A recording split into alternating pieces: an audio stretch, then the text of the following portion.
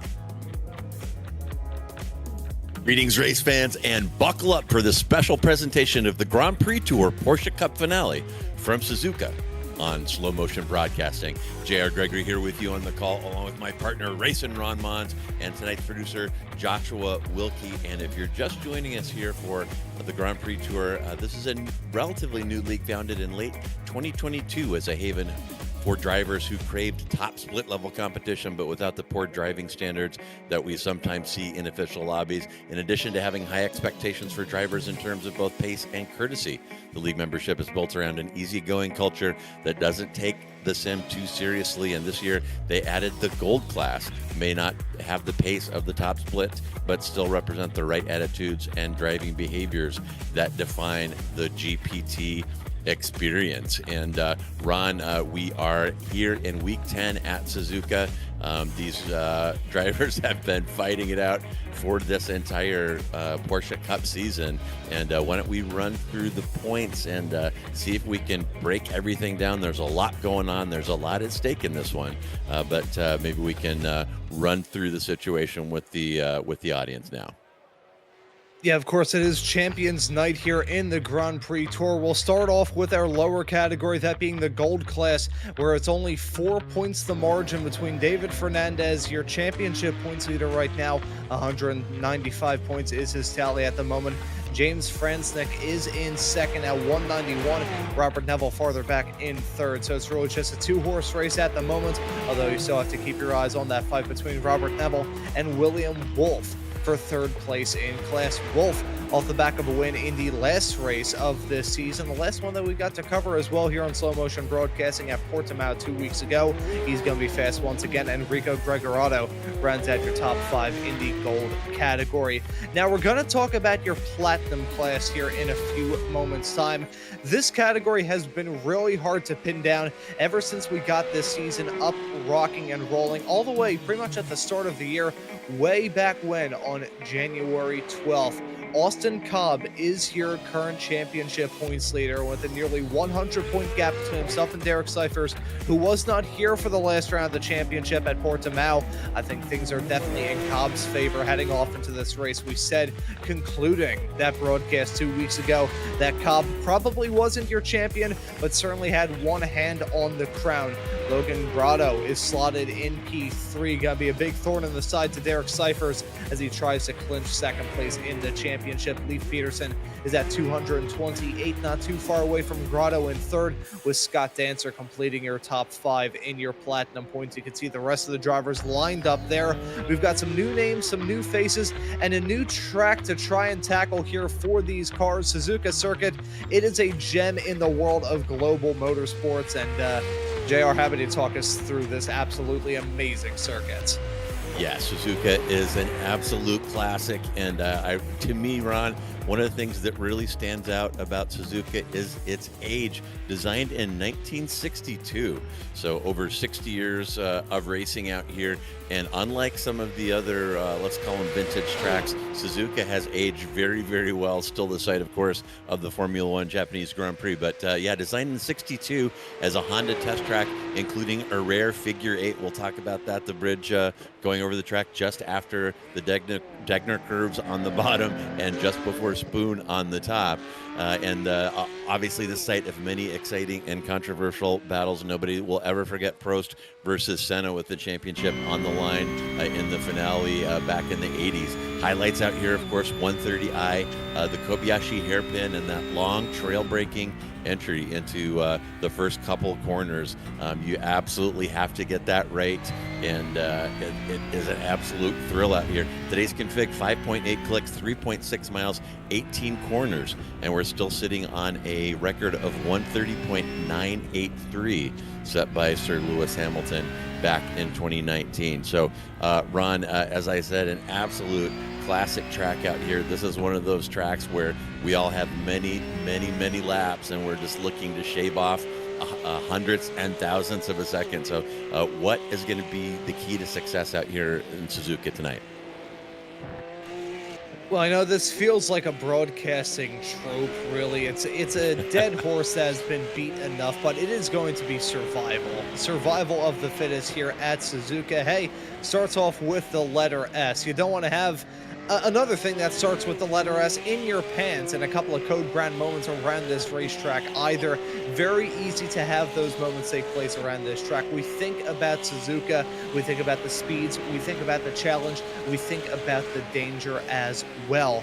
Although there's a lot of runoff around this place, it's enough runoff to stop a Formula One car going off at terminal velocity. It'll be enough to stop these cars, but one little mistake in some very crucial sections through this racetrack, and your chances to compete for a win or a championship could be dashed, and your chances of even running in the rest of this 1 hour long season finale is going to be tough as well. That's another point to consider talking about survival. These special events, as they call it here in the Grand Prix Tour, the major events, we covered one earlier on this season at Road America, and we're of course covering this here at Suzuka. A breakaway from the usual 45-minute long race format, 60 minutes for these drivers to try and tackle here today. That's going to add in a little dynamic, maybe an extra 15 minutes, but you can do a lot in 15 minutes. I could probably make myself a good sandwich in about 15 minutes. Yeah, and that extra 15 minutes around Suzuka notoriously tough on tires, and I'm going to say that drivers who are just kind of lazily riding that understeer through the S's, through some of these medium speed corners, are going to lose those fronts before that 60 minutes is over. So tire management may play a role here. Now we're in the middle of a 3-lap solo qualifier right now as we take a look at Matthew Siddall, who has just grabbed the provisional pole with a 2:01.8. But look at those intervals up at the top. It looks like the top 12 cars, which covers 4 gold cars as well, all bracketed by about 1 second. So very, very tight timings out here. Very, very competitive field, as we are expecting and as we typically expect here with Grand Prix Tour. But so far, we mentioned Siddall in the opener that he could be playing spoiler to some of these drivers like Cyphers and Grotto, who are scrapping for that P2 position. So definitely keep an eye on him. He's an absolute master and a smooth criminal out here at Suzuka. So far, we got Siddall from Grotto from Cobb. That is your provisional podium in qualifying for the Platinum class. Then Jones, Wolf, and Franznik are your provisional podium right now with about 2 minutes remaining in qualifying. Still a couple cars out there. And Julian Jones kind of coming out of nowhere. That name was not in my notes. We've heard about the battle between Wolf and Franznik. We've heard about Fernandez and Franznik, I'm sorry, and Jones not on that list. So Jones making a splash here early, setting a qualifying time overall P6. Not bad at all for a gold driver.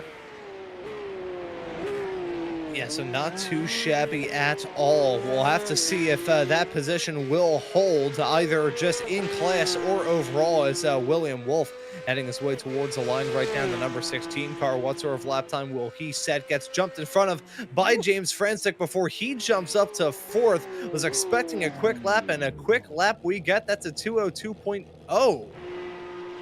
Wow, holy cow. And you see just a little bit, the track was wet during practice. You see a little bit of moisture right there coming up from the tires of that 21 car driven by Austin Cobb. But Wolf absolutely lit the fuse on that one, jumped all the way up into P4. And he's enjoying a pretty significant gap, almost 3/10, more than 3/10, back to the gold driver in P2. That's Saji Zuhair. Sitting in P9 overall. So qualifying ticking down. Cobb showing a black flag there.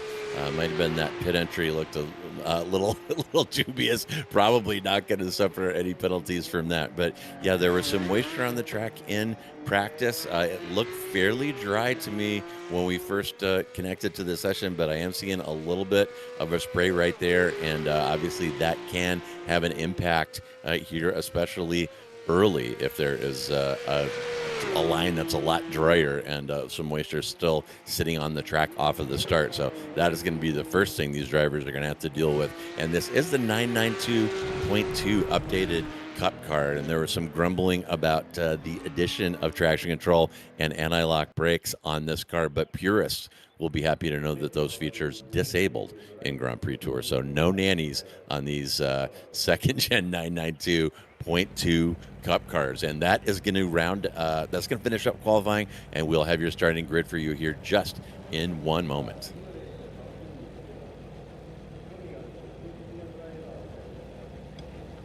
As we wait for the iRacing universe to reset and scroll forward.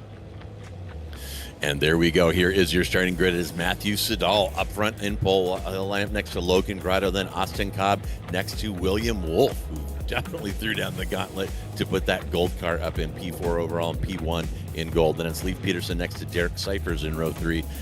Mick Melrano next to Scott Dancer in row 4. Shaji Zuhair will land next to Julian Jones up 2 and 3 in gold. Then Franznik next to Samuel De Oliveira in row 6. And then Scott Kessel will line up next to Matt Mosby. Kessel, well known among this group, but we haven't seen him out here on track yet this season, to my knowledge. Then Neville next to Chris Sherburne. Fernandez will end up next to Mike Matson in row 9. Then Wyatt Roberts next to Peter Coomer. Dale Green and Greg Streltsov will bring up the rear in row 11. And as we wait for the time to tick down, step one here, Ron, get these cars off the line smoothly and cleanly without TC and get them woed up and behave ourselves into turn one. And as we noted, there is some moisture out there. There could be a dry ideal line down the inside there, and if you put a foot outside, you could be struggling for grip off the start.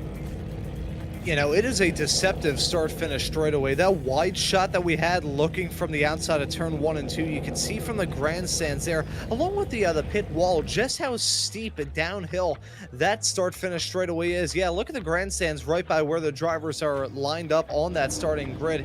It is an insanely downhill run to get this lap up and rolling, get this race up and rolling. So this start could be very tricky as we are green. Yeah, we are underway. Sedal gets off pretty well, but Grotto is going to have a peek down the inside here. Sedal disadvantaged a little bit with that outside lineup, and Grotto is going to get that through. So it's Grotto from Sedal, from Austin Cobb. There's some side-by-side action in the middle of the field. So far, so good. No contact, and everybody's going to make it through and pass the first test here on a slightly moist Suzuka, and these drivers looking very good. It is Grotto from Sedal, from Austin Cobb. Cyphers jumps up 2, and that will cost William Wolf position. Leaf Peterson down 1 as well, and there's a little bumping and grinding heading into the Dunlop curb right there. And I think we are looking at, I lost the picture just for a second, but a little side-by-side action. And Ron, that is one of the toughest corners on the track when you're by yourself. It is nuts to go through there side-by-side. Yeah, but these drivers have clearly been brave at the start of this race, as seeing some drivers descend down the running order as they head their way under the crossover into the hairpin for the first time here in this race. You can see the 7 losing out on a boatload of spots there in just a couple of moments. That right there is a small little mistakes that you got to worry about here at Suzuka. The big ones obviously have their consequences, but small little trip-ups can end in tears as well. And unfortunately for your leader, this is it. Oh my goodness, and there we go.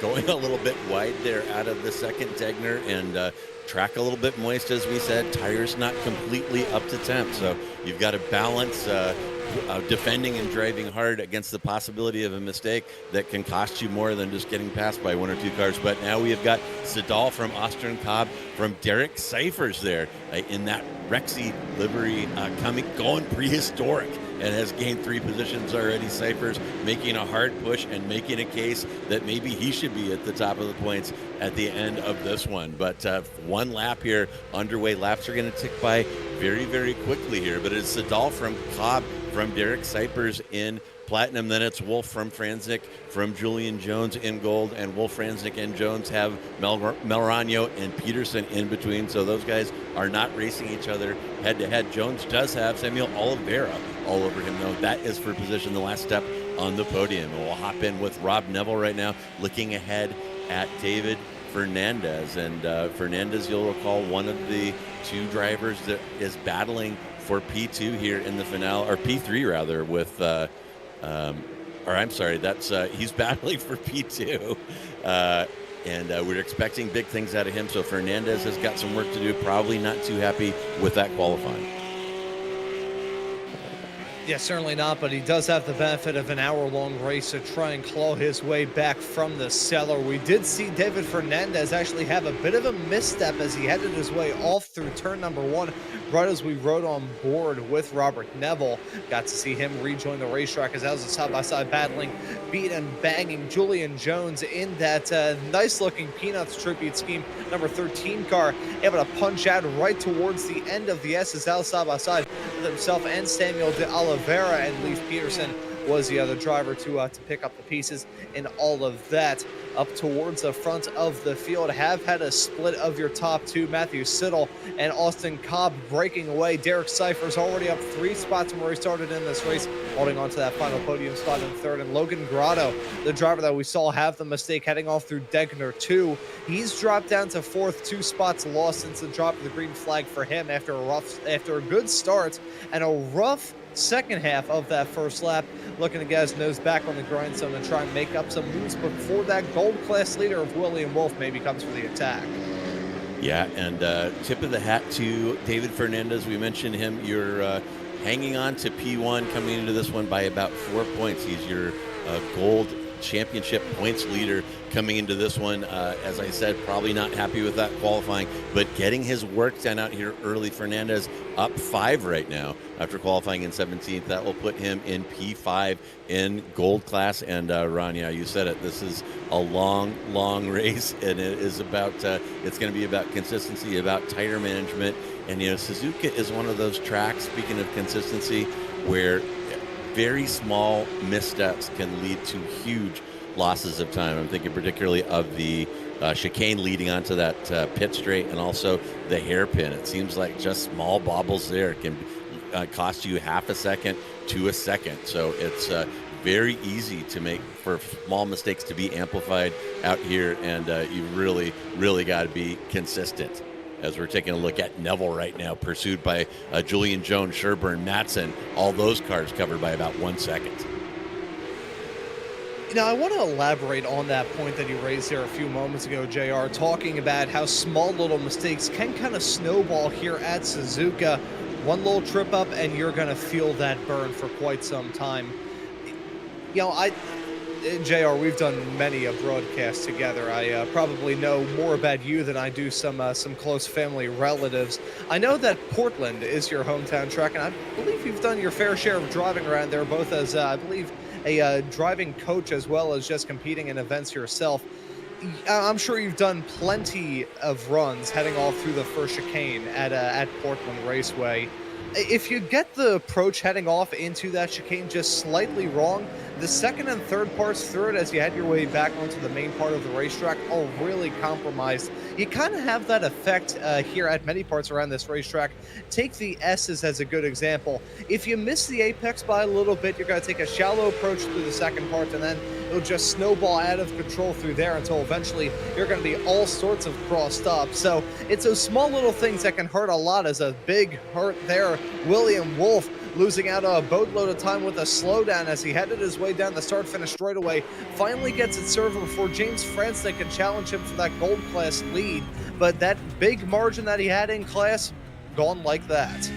Oh my goodness. And just as we're talking about the hazards of that chicane, Wolf overcooks that entry, cuts the course, and gets a huge slowdown right there. And what is his reward? He has got James Franznick all over him like the plastic on grandma's couch. That is 1/10 right now. And Wolf's fantastic qualifying session completely out the window. And Ron, that is exactly what I was talking about. Just a small error in one of those tricky spots of the track, and very insightful comparing that to the chicane in Portland. It's very abrupt, breaks the flow of the circuit, and if you overcook the entry just a touch and blow the exit, you can lose massive amounts of time at Portland, as you can here at Suzuka. And you saw an extreme version of it right there as Wolf washes out and picks up the penalty. And now all of a sudden, Wolf had been driving by himself up in P5 with none of his competitors in the gold class anywhere near him. And look at that train behind him now. Wolf from Franznick, D'Oliveira, Zuhair, all of those cars covered by about just under 2 seconds. And Wolf was sitting pretty, but like I said, those small errors are so magnified up here at Suzuka. Yeah, this is one of those tracks that puts a magnifying glass on those small little tiny details. Just a little awkward curb whack, maybe running wide through a turn, not hitting your braking marks as well as you should. It's those small little tiny microscopic details that usually wouldn't matter in the grand scheme of things, but here in the season finale, when everybody is chasing perfection, everybody needs perfection here in the season finale, it is not going to work out well. Speaking of, Robert Neville has had some sort of off-track excursion. He has showered his way down the running order as contact made it to turn number 1. That was Logan Grotto and Nick Maloragno that went side by side into turn number 1, and unfortunately contact made, sending them both of them off the road.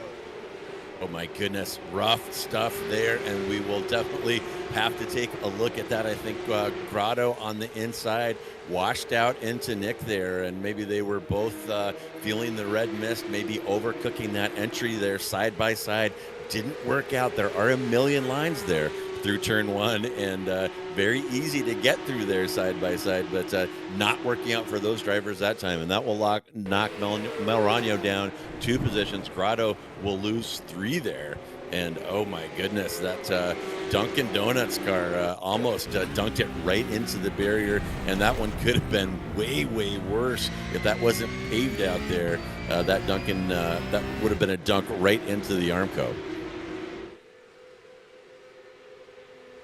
Yeah, so unfortunately there, America runs on Duncan, but that Porsche is now running on hopes and prayers at the moment after that off-track excursion off through turn number 1.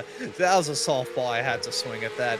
Keeping your eye on your top 2 of Matthew Siddle and Austin Cobb. As things have settled down here, we're keeping an eye on our graphics and seeing the battles develop all throughout the field. Still very close, obviously, between your top 2.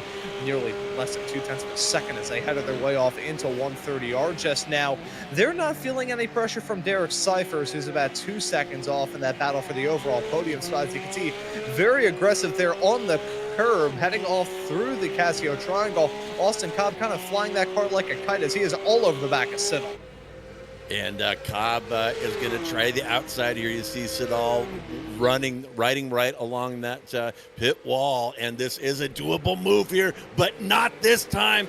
Oh my goodness, Cobb running out of grip out there. We talked about it, that track might be just a little bit moist out there on the outside of turn 1, and Siddall played that perfectly, covered the inside, made Cobb take the hard route around the outside, and here's what happens. And Cobb got the position, got past the front bumper of Siddall, maybe a little micro tap there, but I think that there just was not sufficient grip to get that Cup car to rotate out there. But even so, that did not cost Cobb a whole lot. It's only 0.4 between himself and Siddall right now. And taking a look back now at this fight with William Wolf, De Oliveira, and James Franznick is still raging back there. And folks, take a look at our SDK timing tower over there on the upper left when we get back. I'll talk about that in a second.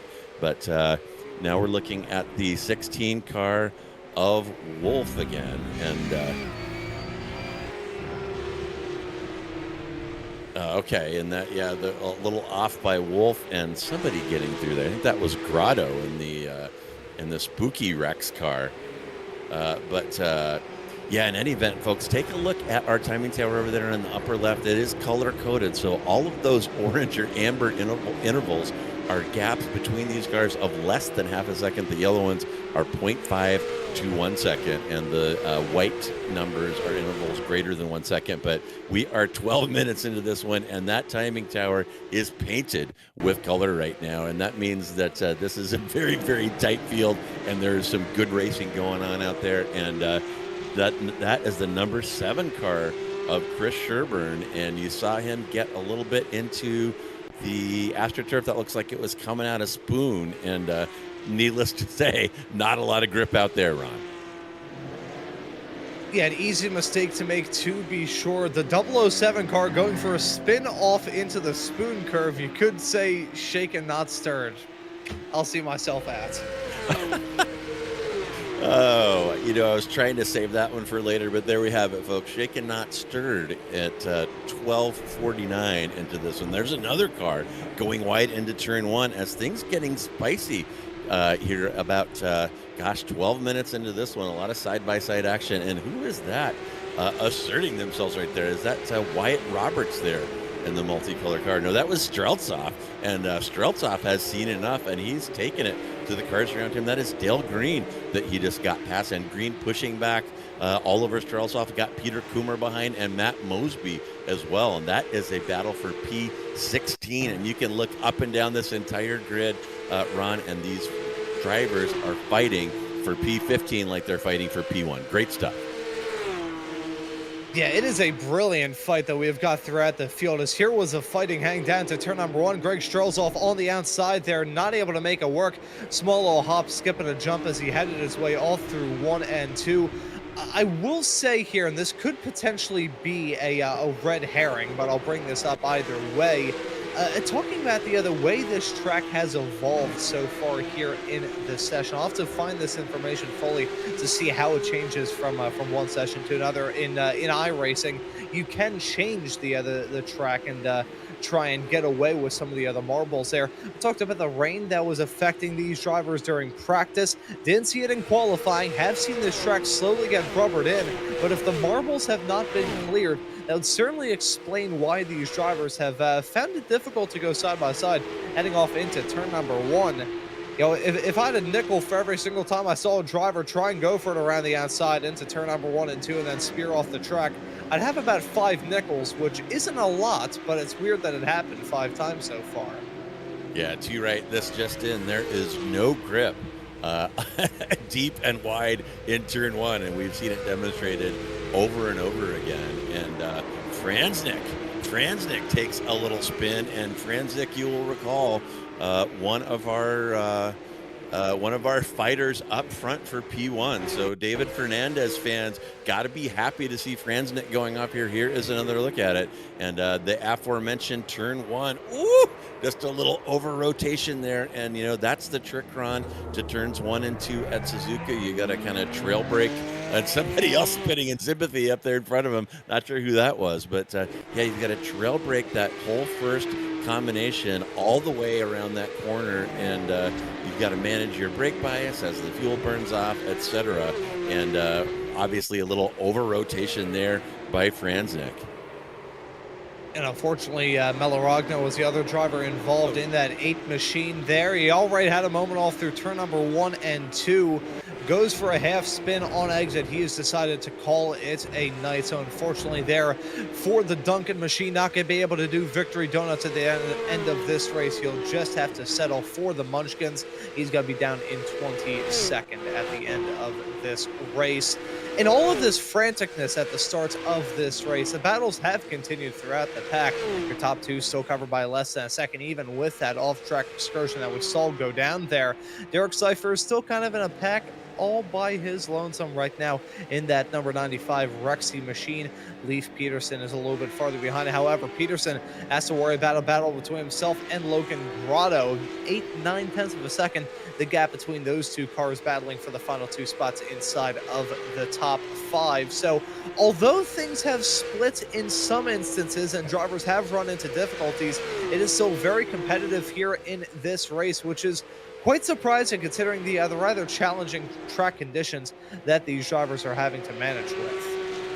Yeah, and let's see. It looks like the track temp is a pretty juicy 91 degrees right now. So we should be seeing some significant drying out there, not seeing any spray. But as we've discussed, there are some problems with grip offline. And you can tell that some of these drivers had practiced that outside move into turn 1, thought it was going to work for them here tonight. And so far, that is a hard no. As we take a look at Leif Peterson, that is Grotto behind him with about an 8/10 gap. But as it sits right now, 17 minutes in, Sedal in the lead, Austin Cobb about 8/10 behind him, and Cyphers, as Ron pointed out, having a track day right now. He's got 3-second gap ahead to Cobb, 3 seconds behind to Peterson in P4. So actually, as things sit right now, Ron, Austin Cobb has this race right where he wants it.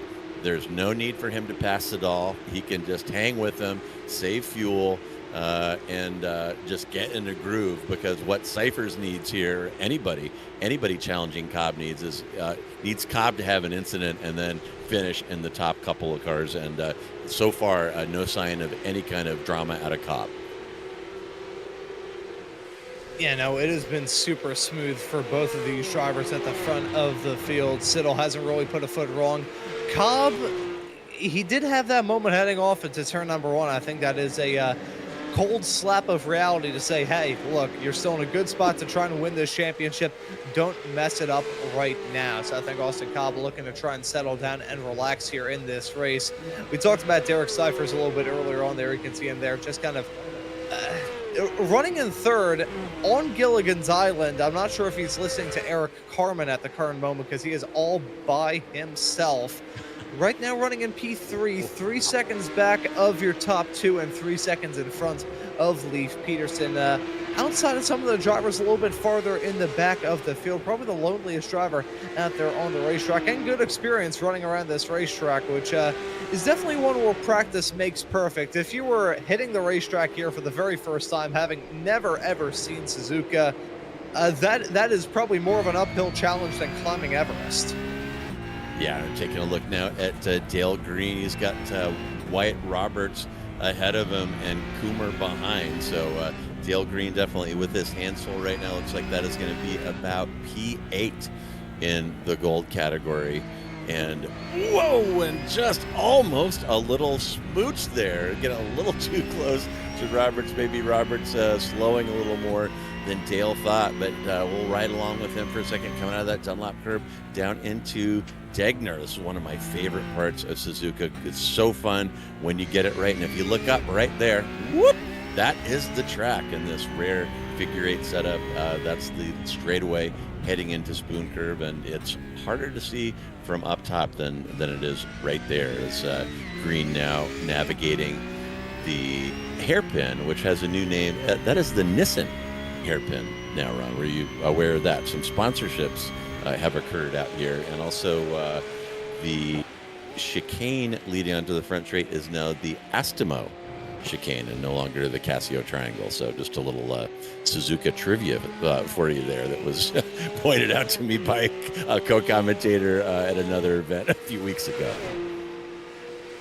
Yeah, I feel like I can already guess who that co-commentator is. I just know. I have a hunch as to who that may have been. But either way, nice to hear some new sponsors coming into the world of motorsports. But see, if I were commentating this as a native resident and son of the city of Philadelphia, if a Philly person had named a lot of these turns, we wouldn't be able to say them on the air because we usually don't give company names as a description. We usually give swear words as a description, which, hey, it works whenever you're ordering a pizza, but in terms of having a cordial conversation, sometimes that falls about as flat as a blown tire. So we'll diverge from there and talk about this battle that we have on screen right now. Wyatt Roberts, the teammate to Austin Cobb, currently holding on to 15th at the current moment, as Dale Green and Peter Coomer directly behind. Little three-car swarm of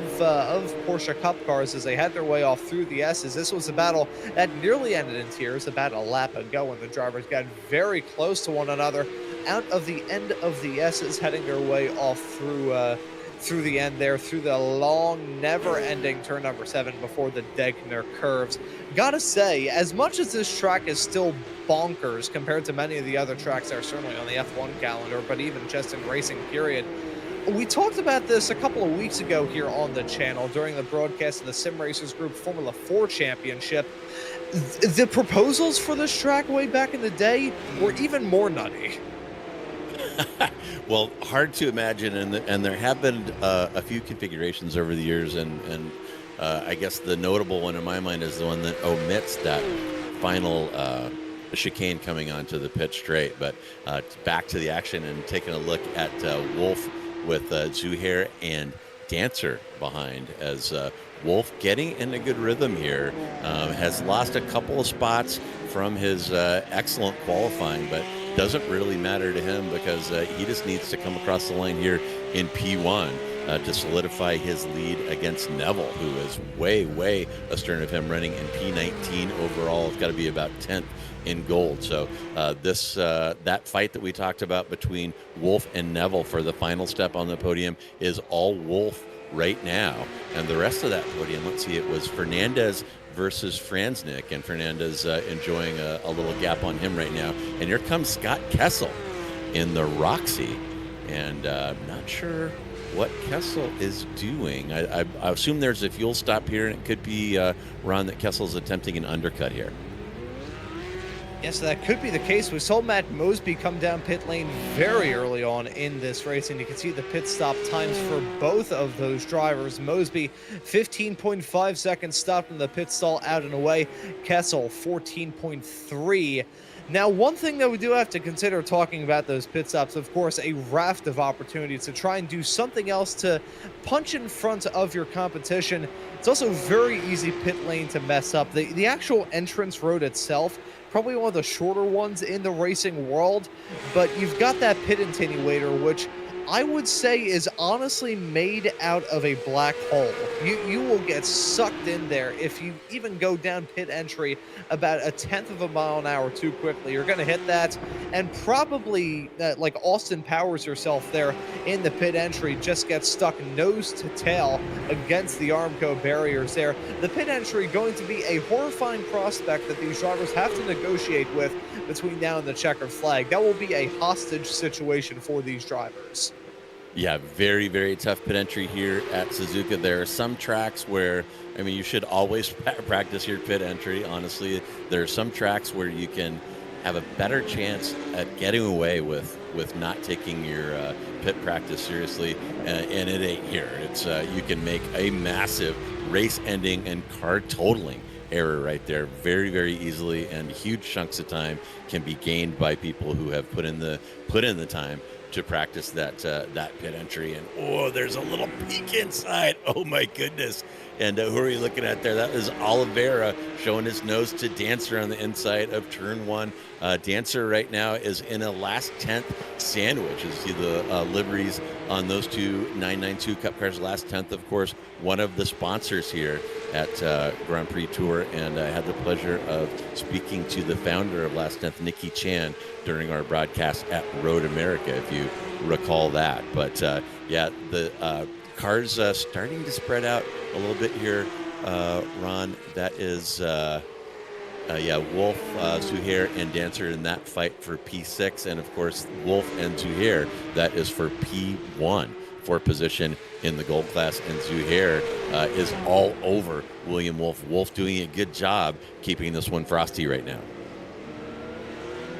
Yeah, I'm curious if in the production truck we can focus on Zuhair here real quick in that P7 spot and actually pull up the other driver card, because this was a little test of my own flag knowledge here before we got the broadcast up and rolling.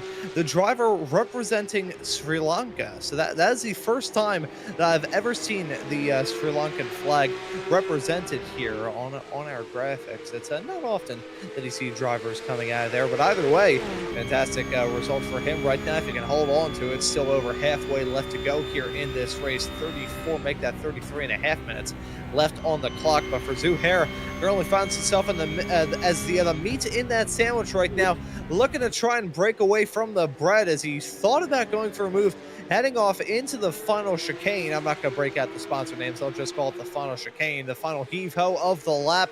Not able to make it work just yet. However, you can tell whenever a battle is starting to intensify, you just feel the pressure change.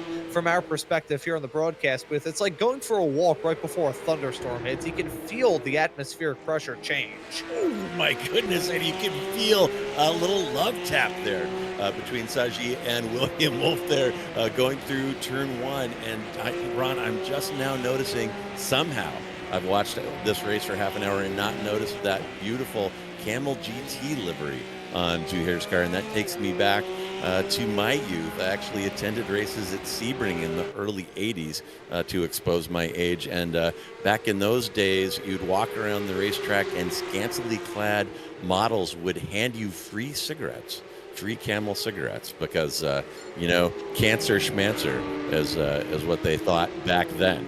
But in any event, sweet livery takes me back to my misbegotten youth in north central Florida. But yeah, that car looking good, and Zuhair definitely game here. I think this might be his first appearance here. And Wolf is just going to get out of the way there. And I'm not sure, I might have to take another look. I don't see a flag on the on my timing tower that would indicate a penalty. Not sure why Wolf let two cars through there, but definitely got out of the way after that hairpin and gave up the Olay. Maybe he's planning on pitting. Maybe he's communicating with his last 10th teammate there. But let's take a quick look here. And yeah, Wolf just getting out of the way and letting those two by. And maybe he's seeing something wrong in his fuel calculations that he doesn't like and wants to be in the back of the train for a while for that reason. Yeah, he took the words right out of my mouth there, JR. I was going to say, I think the words fuel and saving pop into my head. Maybe he's trying to do a little bit of desperate fuel saving, get his strategy on tow. The thing is, with these strategic races, whether it be here in the Grand Prix Tour or, granted, very, very different cars, but the Weekend Warriors action that we cover here on Slow Motion Broadcasting, when that fuel saving element is brought into form, there are certain drivers that are rather versatile in terms of what they can do. They can say, okay, think on the fly, have a little bit of improv to say, okay, things didn't go exactly how I thought they would go in this race. I'm not getting the level of fuel saving that I thought I would, so let's do something a little bit different. Let's mix it up.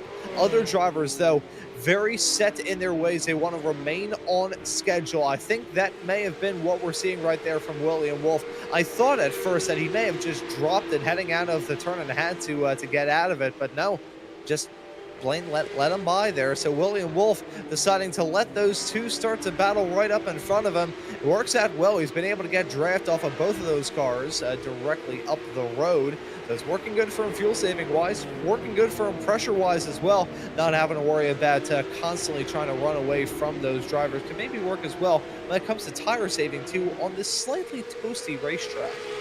Yeah, too right. And Wolf taking a breather here and probably obviously making a strategic decision because his race is not with Zuhair. Zuhair has 0 points being a newcomer in here. His race is with Rob Neville, who's sitting right now back in P17. And I'll challenge my brain here just for a second. It looks like he's got about 22 seconds on Neville right now for the last step on the season podium. So he has P3 in the bag. If he can just maintain his position that he's running in right now, maybe save a few seconds in the pits on fuel. So yeah, Wolf deciding that Zuhair was getting too close for comfort, didn't want to a fight over nothing to be a race ender, and just thought, I'll take what I need and not worry about what I don't need. So tip of the hat to Wolf. And here we're going to see, again, that outside line. This is Dancer this time. Is there grip out there now after half an hour? And he didn't go off, but Ron did not look very confident right there. I think he was hanging on for dear life when he could have been applying power and getting past Zuhair. See, the worry is it was side-by-side racing attempted off into 1 and 2. Someone call up Kenny Loggins because a move heading in there has been the highway to the danger zone so far here in this event. Drivers have been going off that part of the racetrack left, right, and center. So I can't blame Scott Dancer for not really just fully licking the stamp and sending it, applying just a little bit of hesitancy there, and I think that is a good call. Scott Kessel, that's a spin for him, heading off through the hairpin. That turned very tough to nail down here in these cars. That pendulum swing in these rear engine cars biting at the worst possible time as Robert Neville trying to go for a dive, heading off into the chicane. Things made easier for him, considering the car that he went side by side with had a bad lock up into the turn and shortcut his way through. Robert Neville making up a place.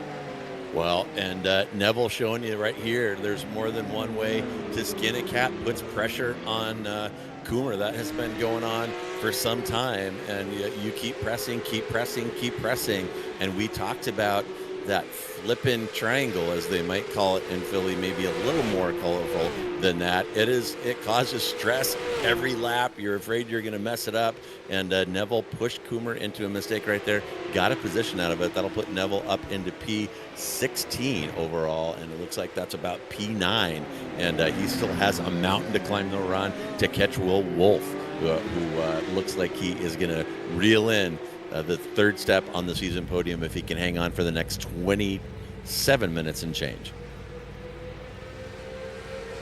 Yeah, so Will Wolf, either way, no matter what he's trying to do strategically, getting a fantastic front row seat to the side-by-side racing as they head their way down into turn number 1 and 2. This is Scott Dancer dancing with Zuhair as they head their way through turn number 1 and 2, and that's going to be the spot for Scott Dancer. Finally punched through, jumps into that spot, and now Will Wolf having an unobstructed view of his main rival in that gold category. That was slick stuff there from Dancer to jump his way up into that spot in that 6 machine. That's how he got it done.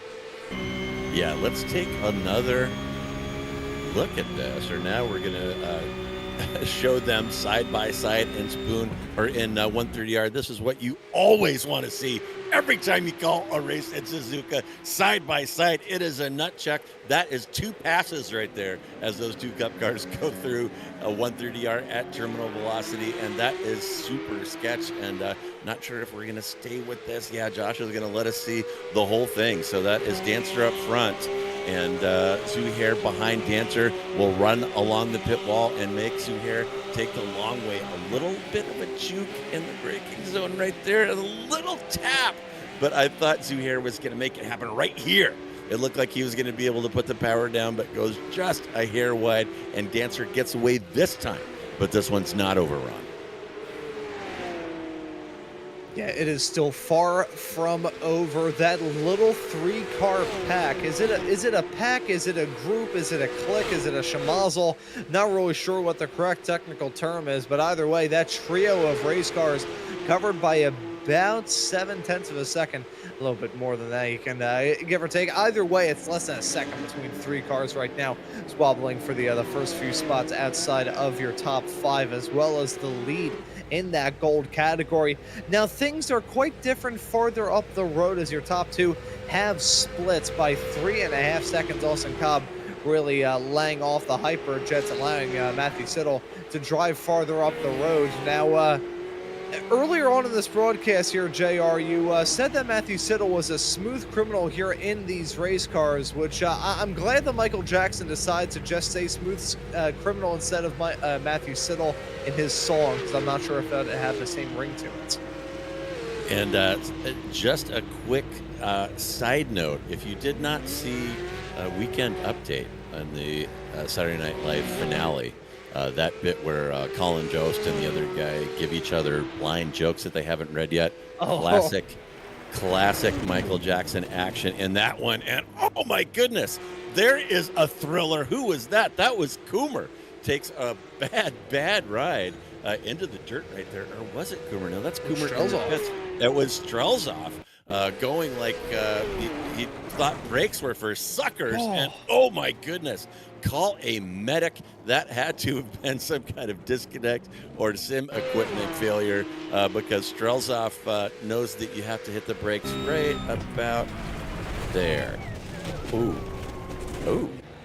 Yeah, I'm going to go out on a limb and say that was probably, I think that was an HDMI failure, potentially. HDMI cable decided that its give a damn broke, and unfortunately for him, that broke Greg Strelzoff's car in several different ways as he headed his way hard into the runoff area there in turn 1. He's still stopped there, so I think there's several issues going on there.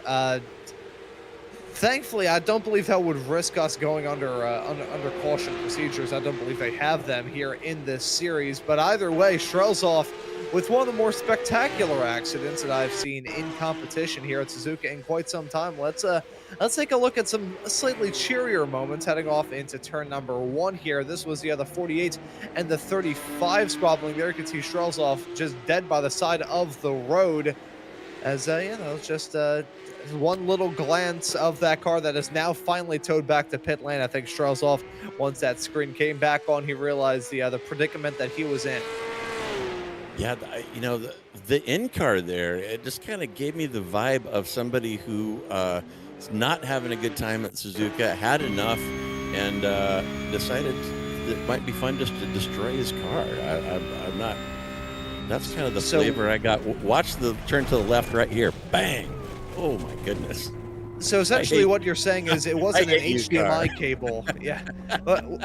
What you're saying is it wasn't the HDMI cable whose give a damn broke. It was Greg Strelzoff whose give a damn broke. It was. I think that is a possibility. Well, I'll leave it at that. But here we go. The pit sequence has started for some. We have Oliveira, Franznik, Mosby, Kessel, Sherburne, and Coomer. And also Melorano Melrano parked it. But the previous drivers I mentioned have done an early pit stop. There is a fuel stop required here. We had our eye on Kessel, who looked like he was attempting an undercut, but you also saw his mistake out of the old Kobayashi hairpin, and that may have devoured whatever advantage he might have gained from that undercut. But up front, it is Sedal from Cobb, from Cyphers, track day for all 3 miles between those cars. And in the gold class, it is Zuhair from Wolf, from Julian Jones, and the only close fight there is Jones beginning to reel in William Wolf. But cars spreading out here, Ron, as they sometimes do. The track is 3 miles long out here. They hung tight nose to tail for a good chunk, the first third of this anyway. But now we're kind of getting into the portion of the race where we'll go in for fuel and tires. I did see one car up on Jack. I think that was Coomer that was taking tires. May have been a non-traditional approach. Don't see anybody else going up for tires as we watch Grotto come back onto the track. But yeah, now, Ron, we're kind of in the part of the race where you get in a rhythm, tick off your laps, hit your marks, and maintain what you have, because there's not a lot of tight gaps out there right now.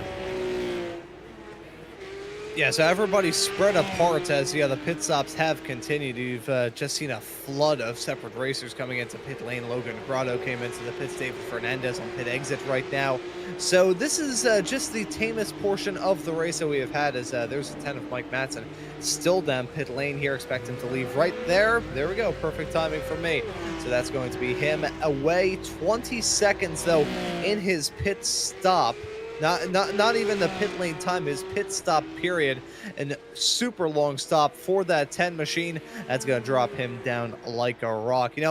Quick little opportunity to mention this. I was like breaking off into a story here. You mentioned your first real experience with seeing racing firsthand at a Camel GT race at Sebring back in the 80s.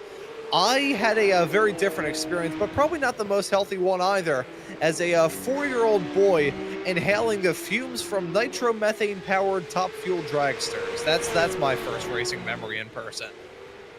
Well, and from someone who knows you well, Ron, I do not detect any evidence of any neurological deficits from that inhalation, and I'm willing to put that in writing for you anytime you want. But let's take a look at Samuel de Oliveira. He's got Franznik behind, and as we said, Franznik, one of the fighters here for the overall season lead, and he is fighting against David Fernandez. They're close together on track, but neither of them near the pointy end of the gold field, which is right now Zuhair from Jones from green. However, Zuhair and Jones in the pits currently, so we'll see how that changes when these the folks who have already pitted come through, like Wolf de Oliveira and Franznik. So staggered pit cycle right here. It's going to calm down here in a second, but still a few cars that have not been in. Roberts has not stopped, and actually he is the last person not to stop. Everybody is either has one pit stop or is in the pits currently. So with about 18 minutes remaining, we're going to get a very clear idea here in a minute of how these cars are going to be situated down the stretch. Yeah, so the picture not fully completed, but we definitely have a good idea as to how things are going to fill out. It's like doing a jigsaw puzzle and getting the edge pieces finally done, all put together. Then he could just kind of fill in the blanks from there. Austin Cobb yet to come down pit lane. In the case of the driver, the number 21 car, with a championship within grasp, he just needs to execute in the final 18 minutes of this race. Doesn't need to throw caution to the wind. He can just run smooth and methodical here in this race. I'm not sure if a race win is on the cards unless he pulls something wild here strategically. Either way, though, second place may not be the best way to end off what has been a brilliant championship charge for Austin Cobb. However, it would be enough for him to grab the crown. Matthew Siddall will be the man of note once the pit stops are done, dusted, settled, rocking and rolling, ready to go through to the end. The driver of the 21 car, Austin Cobb, down pit lane. One more driver left to stop after him, and that's Wyatt Roberts in the 42 car. Those two team cars may come down pit lane the exact same lap as here's Siddall coming onto that start finish straight away. Yeah, you had to think that Cobb might have been able to make something happen in here with fuel saving, but you see him rolling right there. So Siddall is going to smoke him right there as he's pulling an anchor. Cobb obviously got an extra lap or two out of that tank by virtue of hanging with Siddall. He kept that gap under a second for a majority of that initial fuel stint, so that saved him some fuel, but not enough to be within striking distance of Siddall, who now enjoys a gap of about 3.25 seconds. And that is going to complete our pit cycle. Roberts has come in, so he is the last competitor taking fuel right now. And so it is Siddall from Cobb, from Logan Grotto. Track days, all three of those. Grotto, the only one being threatened in any sense of the word. He's got Leif Peterson behind him about a half a second. And in the gold category, a pretty big shakeup. And I'm going to have to take a look at the pit times and see if somebody owes the pooch some flowers here on their pit stop, because it is Zuhair from Jones, from Wolf, from De Oliveira. And look at the gaps there. That's about, 15 seconds covering those four cars that were much tighter prior to that pit sequence. So, there Josh is showing us the times. I don't see anything really tragic there. I wonder if those are stationary times, though, and somebody lost time on entry or exit. Josh, can you tell me, is that complete pit lane time, or is it stationary?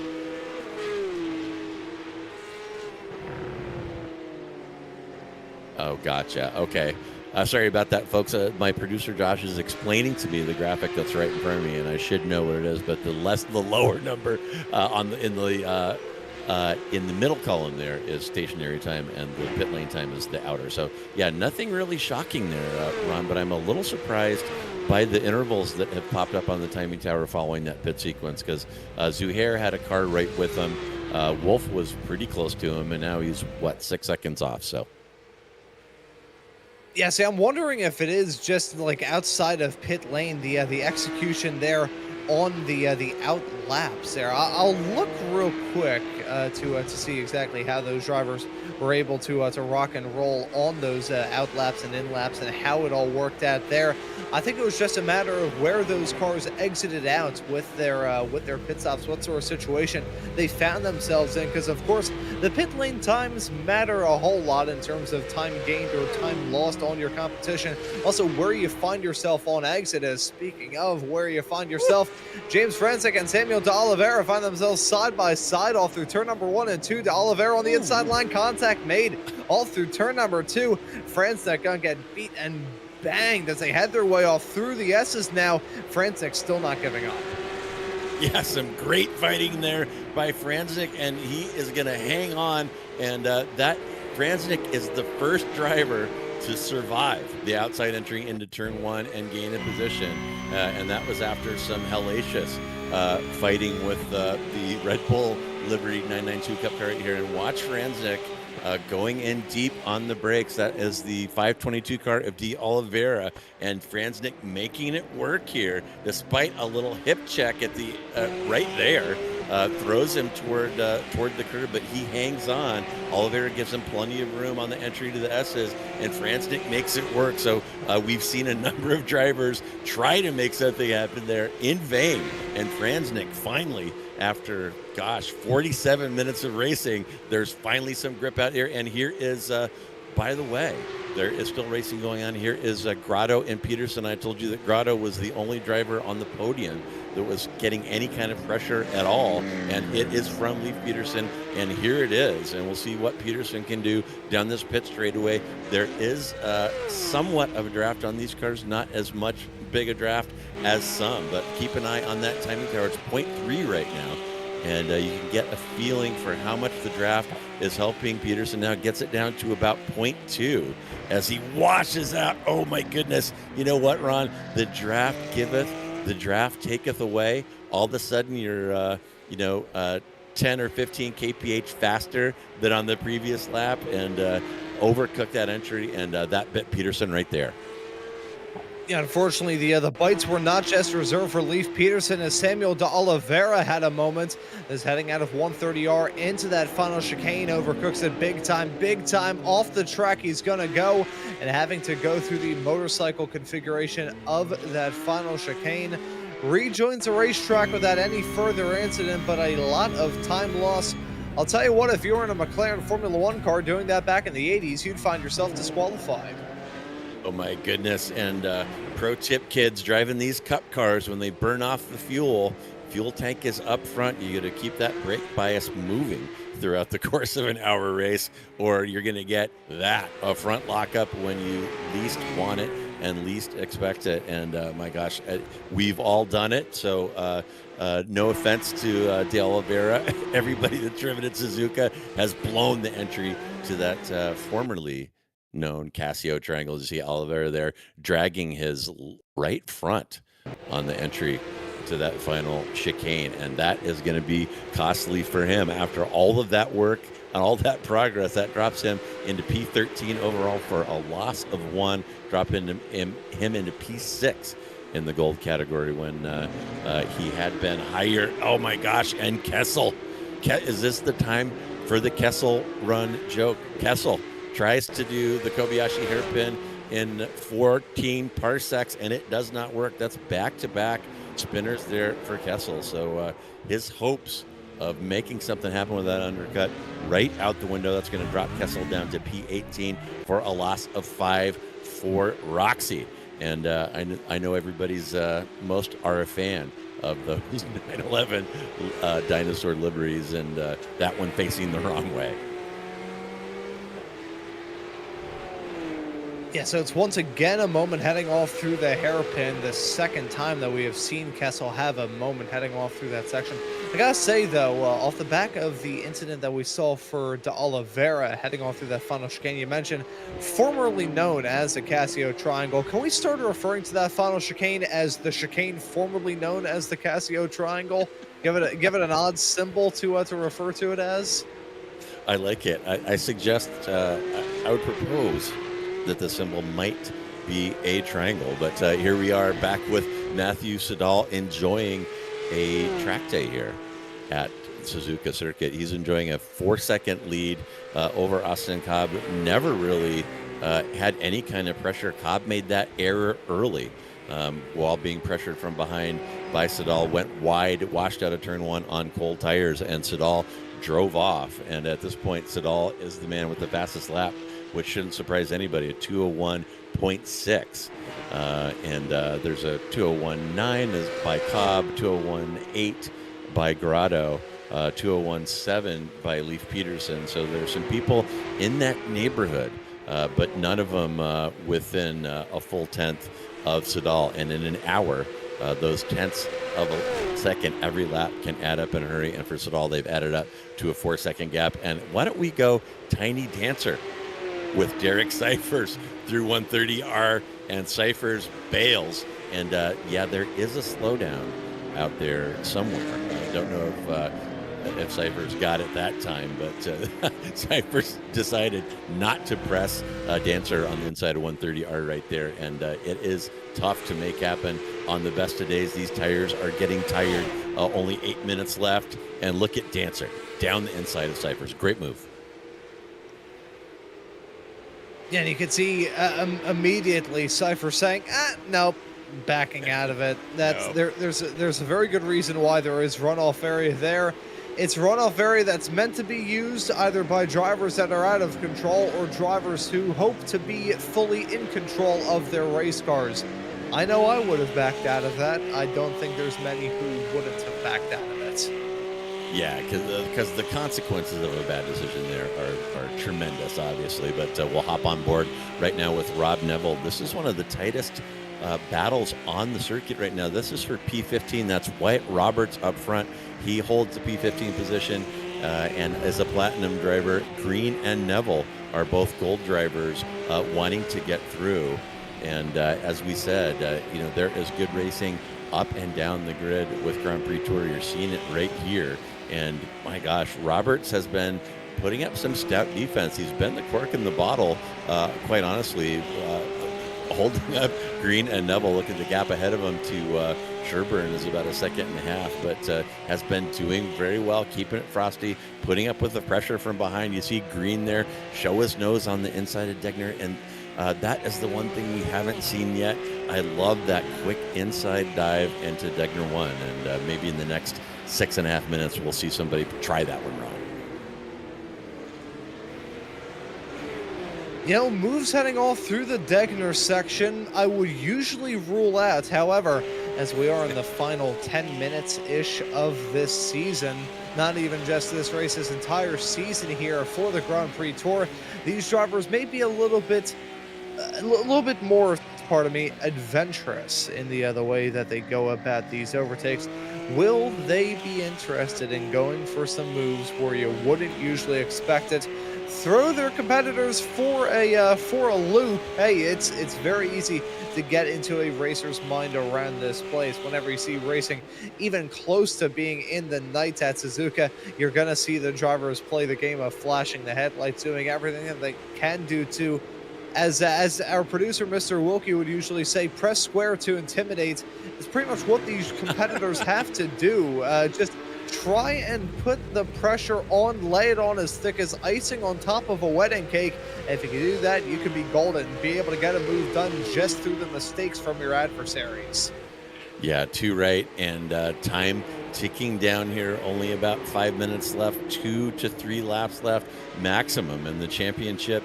Standings are beginning to come into better focus. Obviously, Austin Cobb with that 100-point lead is going to wrap it up if he just hangs on for 5 more minutes here. So Cobb has a death grip on that one. More interesting is the battle between Franznik and Fernandez in the gold class. Franznik right now is about a minute or a second and a half ahead of Fernandez on track. That was only a 4-point interval. That may be enough for Franznik to take P1. So it's going to be Franznik from Fernandez. And the P3 battle, you remember, was between Will Wolf and Rob Neville. And Will right now has dominated that competition. He's got about, I'm going to say 20 seconds on track on Neville, and really made that, whoop, and there's somebody going out there, made that strategic decision to let a couple people by and stay chill and save fuel, and because he knew what he was racing for. And it looks like Will Wolf, if he can keep it going for 5 more minutes, is going to get that last step on the podium for the gold drivers as we take a look at Wolf heading into the triangle formerly known as Casio. This has been one of the best. It has been one of the best suggestions that I've ever made in my entire iRacing broadcasting career. I'm not sure whether I should be proud or severely disappointed in myself. I'm going to go out on a limb and say a rather healthy and even mix of the both of them. We follow William Wolf right now on track for a 3rd place finish in the gold class. It's been a pretty torrid time over the past couple of weeks. I think back to the last time we got to cover this series 2 weeks ago for the last round of the championship at Portimao. Pretty wild race in that gold category, all things considered. Very topsy-turvy, quite up and down. He ended up getting the spot, but it was a pretty bewildering set of circumstances that befell many a competitor throughout that race. I think here at Suzuka has been a bit more typical as to what we expect, primarily down to the fact that we know this track. I mean, JR, I don't even want to know the amount of broadcasts that we have done together here between, of course, now with this series, as well as some radical SR10 racing. We have done quite our fair share of Suzuka broadcasts together. We know this track like the back of our hand. Yeah, too right. And in some cases, familiarity breeds contempt, but not for me in this place. I will definitely be attending a race in person sometime before the bucket is kicked, as we look back at Dale Green and Rob Neville. And there are a couple of at least one battle of consequence going on right now. It looks like Peterson is still within spitting distance of Logan Grotto for P3, and perhaps more consequentially, we've got Fernandez. Actually, that gap is starting to widen. Fernandez had James Franznik down to about half a second, and that would have been a pass for the championship. And Franznik doing a great job managing that gap. Let me take a look at their lap times really quickly. Actually, Franznik last time around lost a second to Fernandez, who turned in his fastest lap of a 2:02.5. So Fernandez pedaling hard here. He knows that this is his last chance to make something happen, but it looks like Franznik is going to hang on to that gap. It's sitting at about a second right now as we watch Logan Grotto in the Halloween Rexy livery. Love that one. Coming up out of the S's, and white flag right around the corner here. And we'll see if Grotto can hold off Leif Peterson. Both of these drivers very, very fast, and both of them very, very good practitioners of racecraft. But you can see what's happening with that gap. And wait a minute, how did we get Cobb? How did we get Cobb in front of Sedal? So, yeah, something happened to him at the start of this lap. There was about a minute ago. I was seeing it on the graphics. Here's what happened. Heading into turn number 1, Matthew Siddle pretty much on easy street through to the end, slides wide through turn number 2, the rear end losing it, and there we go. There's Austin Cobb sweeping around to get that race lead. The two are still very tightly knit to each other with about 40 seconds left on the clock. So a little over one more lap of racing action here for the season finale. But take a look at this from the perspective of Austin Cobb. A puff of smoke, and all of a sudden, we have a new race leader. Yeah, and there it is, folks. And we've all, anybody who's raced has been in both of those seats. The thrill of victory, the agony of defeat. You make a mistake down the stretch like that to lose a victory, or you watch your competitor lose it in front of you to hand you a place that they probably should have helped, as Sedal still fighting that cup car. He is out of tires right now, folks. I told you Suzuka, very tough on rubber. The front runners did not take tires, and that's biting Sedal right now. He's not in danger of losing that P2, but Cobb laughing all the way to the bank right now when he came around turn 2 and saw Sedal emerging from that cloud of tire smoke. And meanwhile, look at this. It's Neville and Dale Green. Green taking the wide line there. Neville had him on the inside of 130 yard. Green now going defensive into the Casio triangle. And Neville is going to have one more crack. The white flag is out now. So the cars coming through right now down the start-finish straight are going to get one more time around. But here we go back to Cobb. And where are we now? This is the hairpin formerly known as Kobayashi, to continue that theme. But Cobb now enjoying about a second and a half lead on Sedal. And Cobb is going to put the icing on the Platinum Division Championship with a win here at Suzuka. And, a pro tip here, kids, sometimes you just got to keep your head down, keep driving, and let things come to you. And we saw it right there. Yeah, keeping your nose to the grindstone. Austin Cobb, who hasn't even participated in every single race here in this season, looks like he is on track to round off his championship pursuits in the best way imaginable. He's heading through 130R for the final time here. 1 second is the margin between himself and Matthew Siddle, and a few turns is the gap between himself and a championship. Yeah, and here comes Cobb, and great icing on the cake.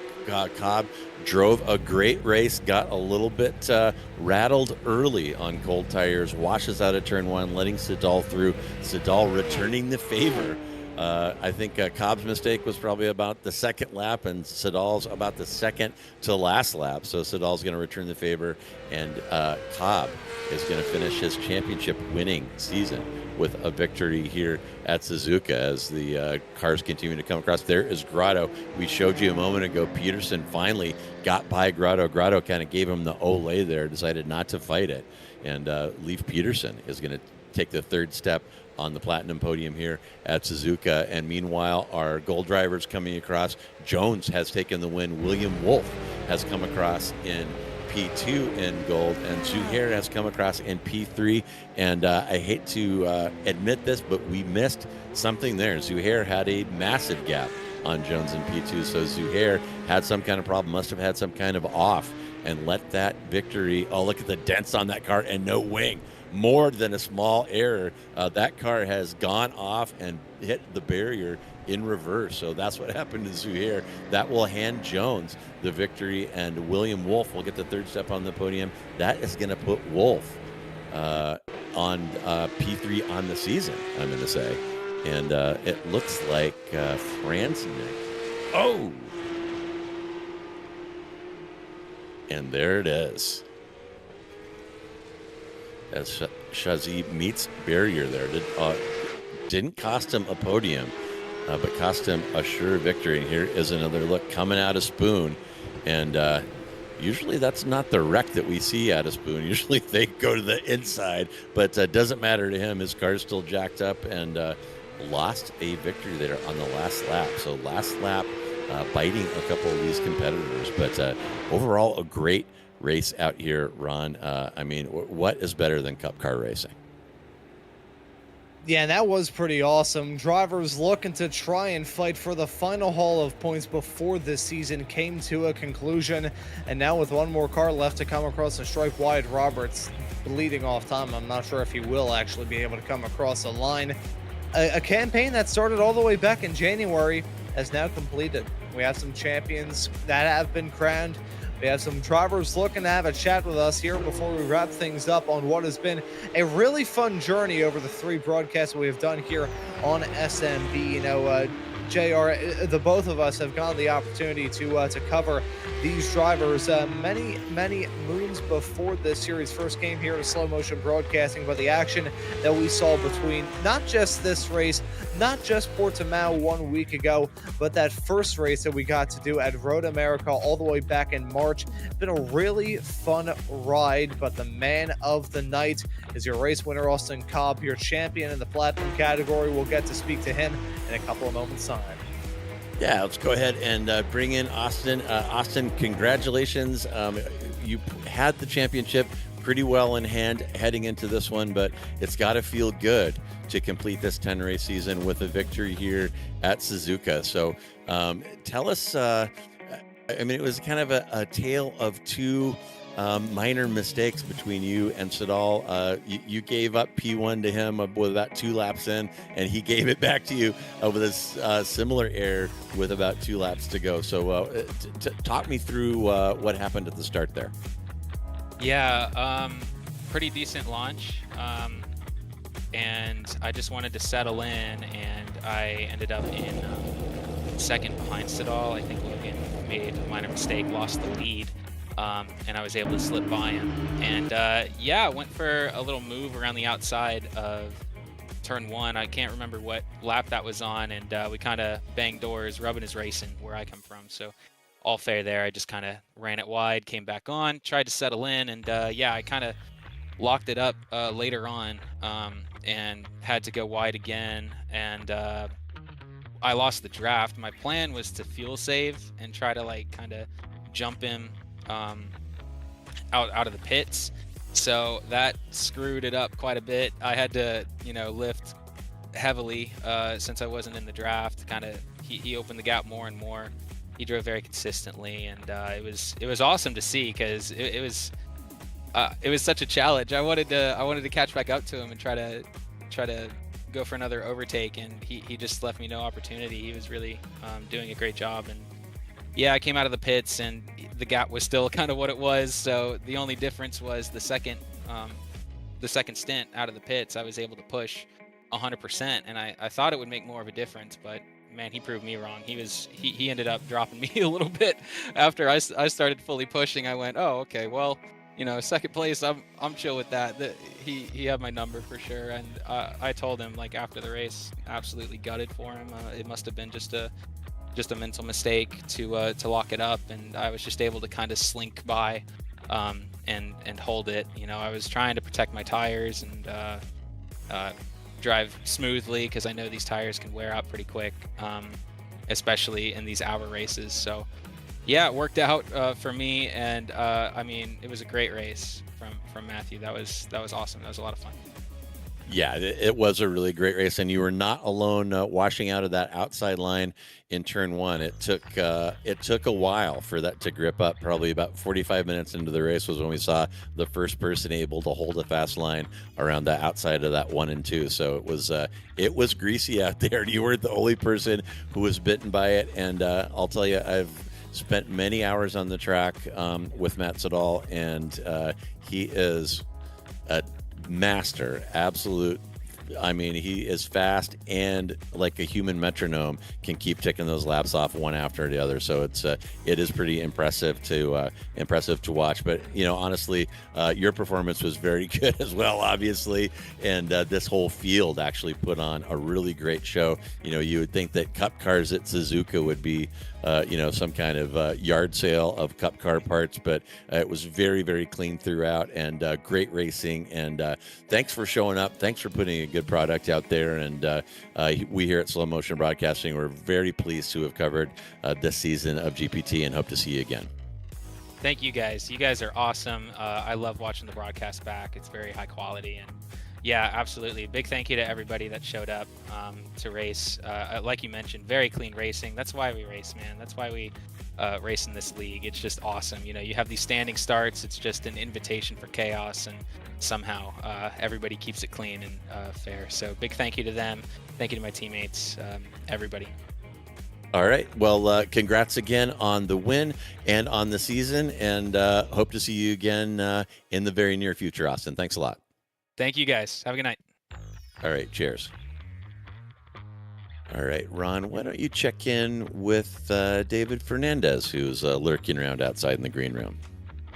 Yeah, let's have a chat with David Fernandez. David now joining us here in the broadcast booth. David, welcome in. It looked like a pretty fun race here at the end of this season, but the main takeaway from it, we believe you are the gold class champion here in 2026. How was it out there to round the season off? Oh, it was an awesome race. I think James made a couple of mistakes and he got ahead of me still, and I just tried to chase him down and keep close. I'm really surprised that this was enough to get the championship, so I'm super stoked. I didn't realize that until you told me. Yeah, I believe it is just running the math in my head. Of course, we'll look for further word from the race directors and admins who actually know math. I put 2 and 2 together, and I sometimes get 5. But looking back on the entirety of the season, man, we had some real intriguing races. We got to cover a few of them here on SMB.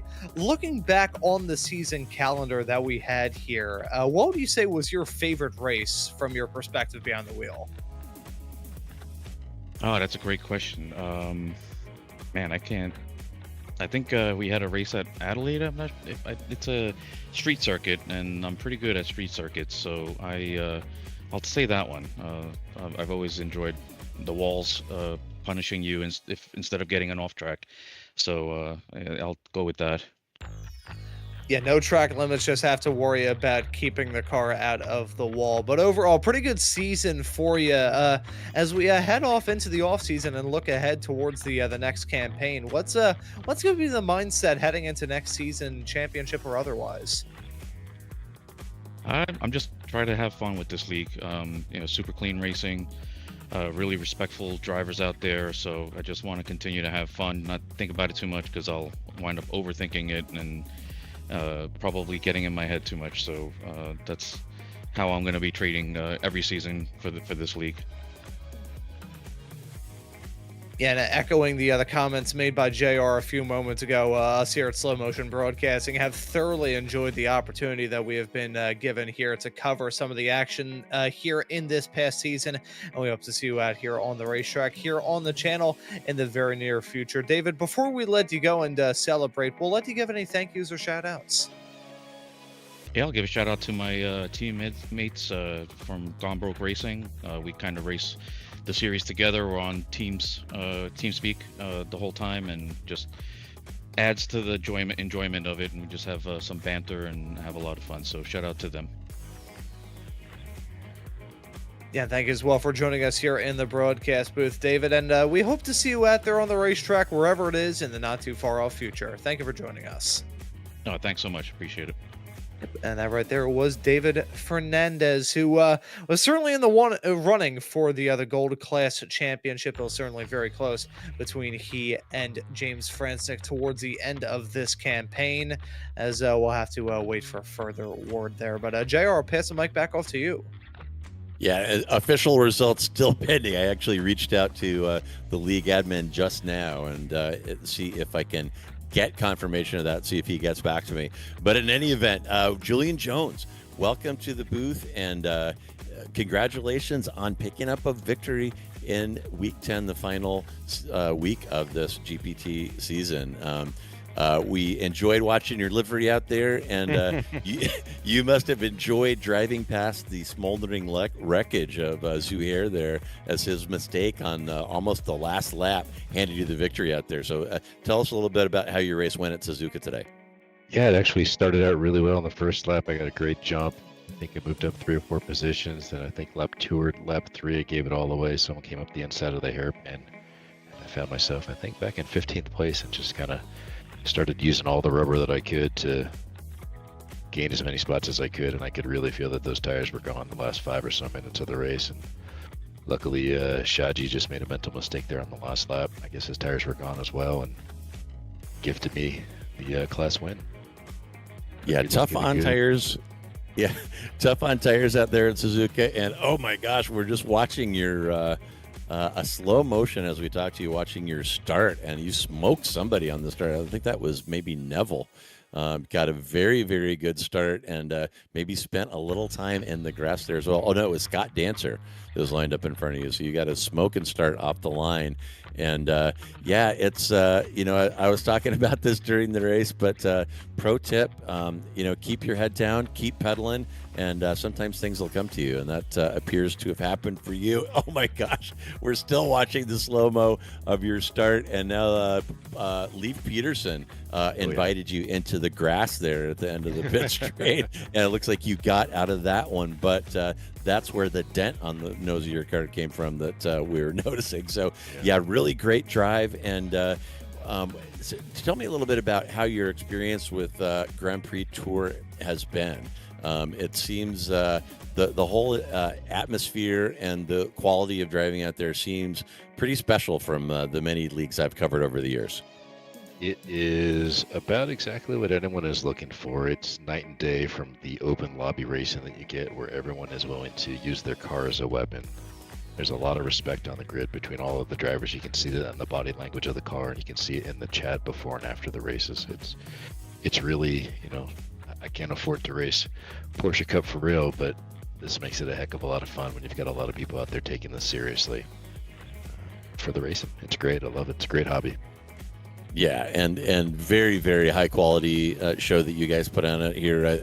I'm just imagining what even the top split of a public lobby, a cup car race at Suzuka would have had a lot more body parts, a lot more toes back to the pits than you guys had. I think only 2 retirements, and one of them, frankly, looked somewhat intentional. So a really clean race, great to commentate, and great as a fan. So congratulations on the win and on being a part of this great league. And as we wrap up, is there anyone you would like to thank or give a shout out to today?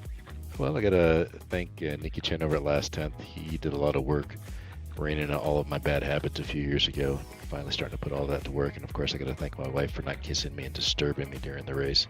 She's about my worst enemy. I'm on track. I know those girls and their relentless affection. It definitely gets weary. But in any event, okay, Julian, well, thanks so much for stopping by and chatting with us. Congrats on the win. Great drive. And we hope to see you out here again on track on SMB in some future series. Great. Thanks, guys. All right. Cheers. All right. That was Julian Jones, your gold class winner.